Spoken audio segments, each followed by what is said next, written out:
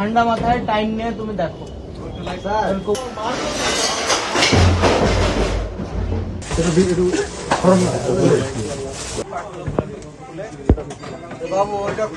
এই সাইড থেকে লোকজন ক্লিয়ার হয়ে যাবে, লোকজন বের হয়ে যাবে আমাদের এই সাইড।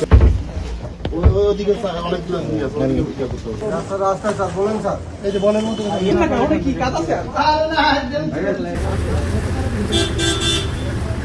গোপন সংবাদের ভিত্তিতে আমরা এবং সেনাবাহিনীর একটি যৌথ আভিযানিক দল শ্রীপুরের মাওনা এই এলাকায় এসেছি। আমরা গোপন সূত্রে খবর পেয়েছিলাম যে কতিপয় দুষ্কৃতিকারী ডাকাতি করবে, এই মর্মে এখানে প্রস্তুতি গ্রহণ করছে। তো পরবর্তীতে গোপন সংবাদের ভিত্তিতে এবং প্রযুক্তির সহায়তায় আমরা যত দ্রুত সম্ভব এই এলাকায় এসে একটি অভিযান পরিচালনা করি এবং একজনকে একটি বিদেশি অস্ত্র, এক রাউন্ড অ্যামুনেশন এবং একটি ম্যাগাজিন সহ ধরতে সক্ষম হই।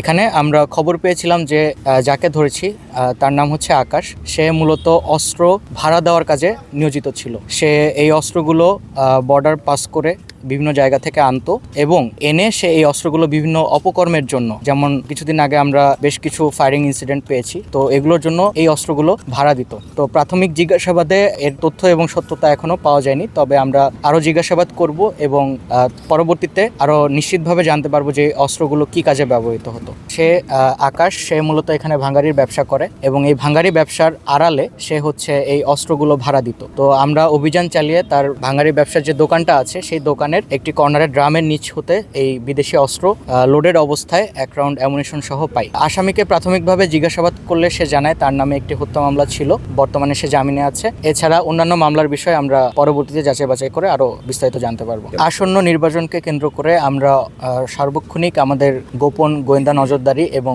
টহল কার্যক্রম, সেনাবাহিনী, পুলিশ এবং অন্যান্য বাহিনীর সমন্বয়ে আমরা এগুলো অব্যাহত রেখেছি। তো এই হিসাবে আমাদের এই কার্যক্রমগুলো আরো বেগবান হবে এবং এর ধারাবাহিকতা বজায় থাকবে। ঠান্ডা মাথায় টাইম নিয়ে তুমি দেখো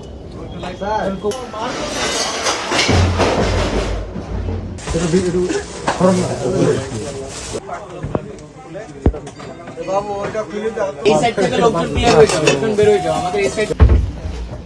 ওদিকে অনেকগুলো রাস্তায় স্যার বলেন স্যার, এই যে বলের মতো কি কাজ আছে।